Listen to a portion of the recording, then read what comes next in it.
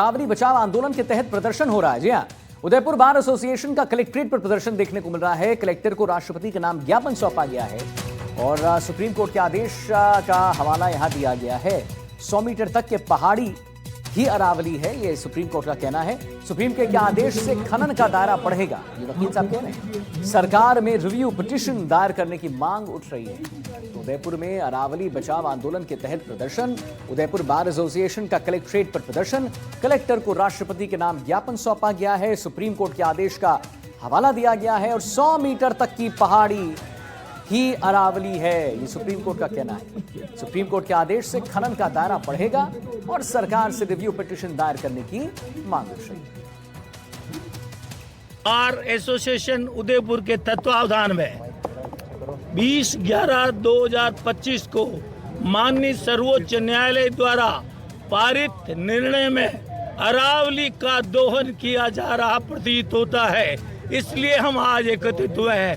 अरावली हमारी माँ है, अरावली हमारा दिल है, अरावली से राजस्थान है और अरावली से ही हमारा जलवायु, हमारी आजीविका, गरीबों को मजदूरी सभी अरावली से मिल रही है। सुप्रीम कोर्ट द्वारा जो नया एक अध्यादेश जारी किया गया जिसमें 100 मीटर का एक प्रावधान रखा गया जो निश्चित रूप से घातक ही नहीं विषाक्त है। विपिन सोलंकी हमारे साथ फोन लाइन पर जुड़ गए इसी पर और जानकारी देने के लिए। विपिन, क्या ये पूरा मामला है, जरा विस्तार से जानकारी दीजिए हमारे दर्शकों को।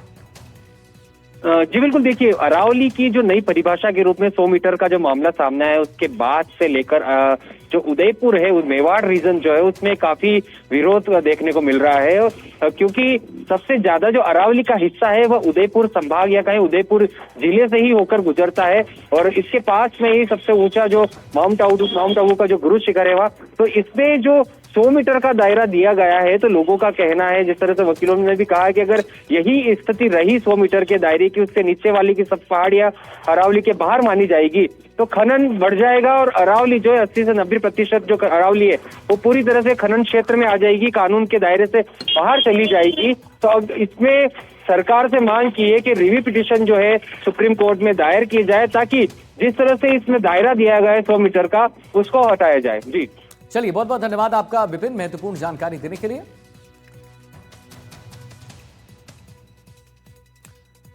अब आगे बढ़ेंगे। जयपुर पुलिस और ड्रग कंट्रोल डिपार्टमेंट की कार्रवाई देखने को मिली है। नशीला दवा विक्रेता गिरफ्तार हुआ है।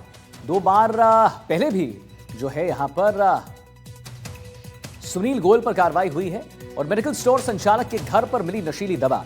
अवैध तरीके से गर्भपात में दवा का इस्तेमाल किया जा रहा है और एविल के 600 इंजेक्शन की खेप भी यहां बरामद हुई है। दीपक चावला हमारे साथ फोन लाइन पे मौजूद हैं। दीपक, एविल के 600 इंजेक्शंस की खेप यहां बरामद हुई है। बाकी ये जो रैकेट है, ये जो खेल है, कब से खेला जा रहा था ये?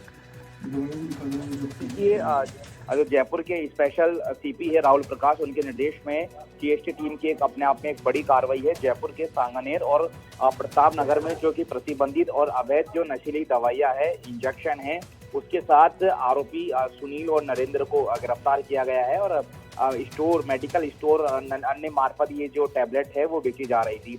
इस पूरे मामले में आप ट्रामाडोल कैप्सूल है वो बरामद किए है, 100 इंजेक्शन है लगभग वो यहाँ पर बरामद किए।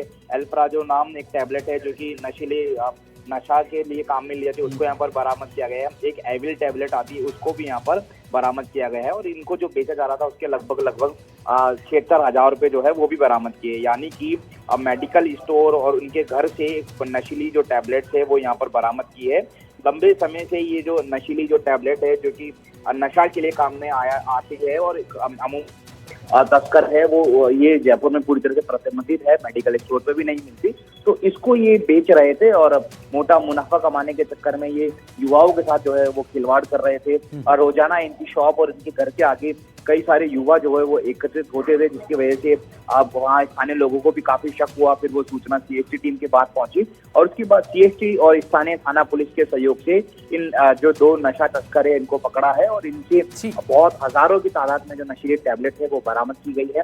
बहरहाल अब इनसे पूछताछ की जा रही है कि प्रतिबंधित के बावजूद भी ये कहाँ से लेकर आ रहे थे, क्योंकि इनके पास अगर इतना स्टॉक मिला है तो निश्चित तौर पर जहाँ से ये लेकर आ रहे हैं उसके पास और भी ज्यादा स्टॉक होगा। बहुत सही बात, वहां तक पहुंचने में जुटी हुई है। बहुत सही बात है। चलिए, बहुत बहुत धन्यवाद करेंगे आपका दीपक, महत्वपूर्ण जानकारी देने के लिए। और अब हम आगे बढ़ते हैं।